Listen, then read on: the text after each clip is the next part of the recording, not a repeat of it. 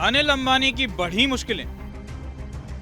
CBI ने किया चौंकाने वाला खुलासा।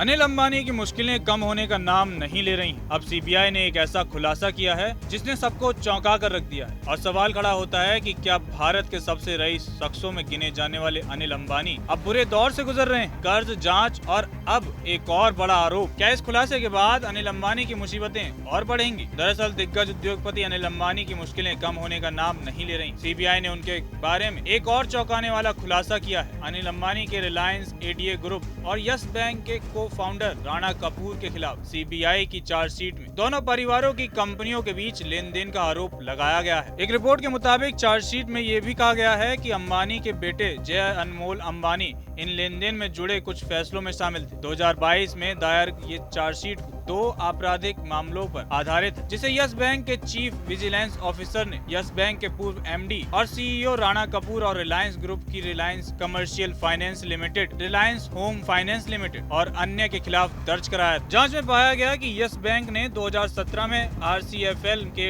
डिवेंचर और कमर्शियल पेपर्स में 2045 करोड़ रुपए और आरएचएफएल में 2965 करोड़ का निवेश किया, जिसकी मंजूरी राणा कपूर ने दी थी, जबकि केयर रेटिंग्स ने एडीए ग्रुप को कमजोर वित्तीय स्थिति के कारण निगरानी में रखा था। बाद में इस रकम को कई लेवल पर डाइवर्ट किया गया, जिससे जनता के पैसे का दुरुपयोग हुआ। सीबीआई का कहना है कि उस दौरान एडीए ग्रुप की कंपनियों यस बैंक और रिलायंस निप्पॉन एसेट मैनेजमेंट के बीच कई दफा पैसों का लेन देन हुआ। एक तरफ एडीए ग्रुप की कंपनियों को यस बैंक से फंड मिला और दूसरी तरफ यस बैंक ने रिलायंस निप्पॉन म्यूचुअल फंड से उसके कैपिटल इंस्ट्रूमेंट्स में बड़ा निवेश किया, जो उस समय जापान की निप्पॉन लाइफ इंश्योरेंस के साथ मिलकर रिलायंस कैपिटल की एक सब्सिडरी कंपनी थी। आरएनएमएफ ने भी 2017-18 में कपूर परिवार की company Morgan credits private limited के डिवेंचर में 1160 करोड़ का निवेश किया। इसके अलावा इसने यस बैंक से 249.80 करोड़ के एडीए ग्रुप के डिवेंचर खरीदे और यस बैंक के असुरक्षित 81 बॉन्ड में 1750 करोड़ का निवेश किया, जिन्हें वित्तीय संकट के दौरान इक्विटी में बदला जा सकता है या राइट ऑफ किया जा सकता है। इस तरह अंबानी और कपूर ने मिलकर एक ऐसा सिस्टम बनाया जिससे दोनों एक दूसरे की फाइनेंशियली मदद कर सके और पैसों का एक फ्लो बना रहे। जांच में पाया गया कि राणा कपूर और अनिल अंबानी ने मिलकर यस बैंक से मिले फंड को आर्थिक रूप से कमजोर एडीए ग्रुप की कंपनियों में पहुंचाया। बदले में एडीए ग्रुप ने कपूर की पत्नी बिंदु कपूर और बेटियों राधा और रोशनी कपूर कंपनियों को कम दरों पर ऋण की सुविधा और निवेश दिलाया। अनिल अंबानी के बेटे का भी नाम आया सामने। चार्जशीट में यह भी बताया गया है कि अंबानी के बेटे जय अनमोल अंबानी ने आरएनएमएफ में निवेश के फैसलों को सीधे तौर पर प्रभावित किया, जबकि कंपनी स्टॉक एक्सचेंजों में लिस्ट होने की तैयारी कर रही थी। सीबीआई का कहना है कि आरएनएमएफ के पास आम निवेशकों से मिले बड़े फंड थे, जिन्हें वह लॉन्ग टर्म के डेट इंस्ट्रूमेंट्स में निवेश कर सकता था। हालांकि मार्केट रेगुलेटर सेबी के नियम म्यूचुअल फंडों को दीर्घकालिक ऋण निवेश में निवेश करने से रोकते हैं। लेकिन इस सब के बाद ये सवाल उठता है कि क्या अनिल अंबानी की वापसी अब मुमकिन है या कहानी खत्म होने की कगार पर? इसका जवाब आप हमें कमेंट सेक्शन में जरूर दें। ब्यूरो रिपोर्ट, जनतंत्र टीवी।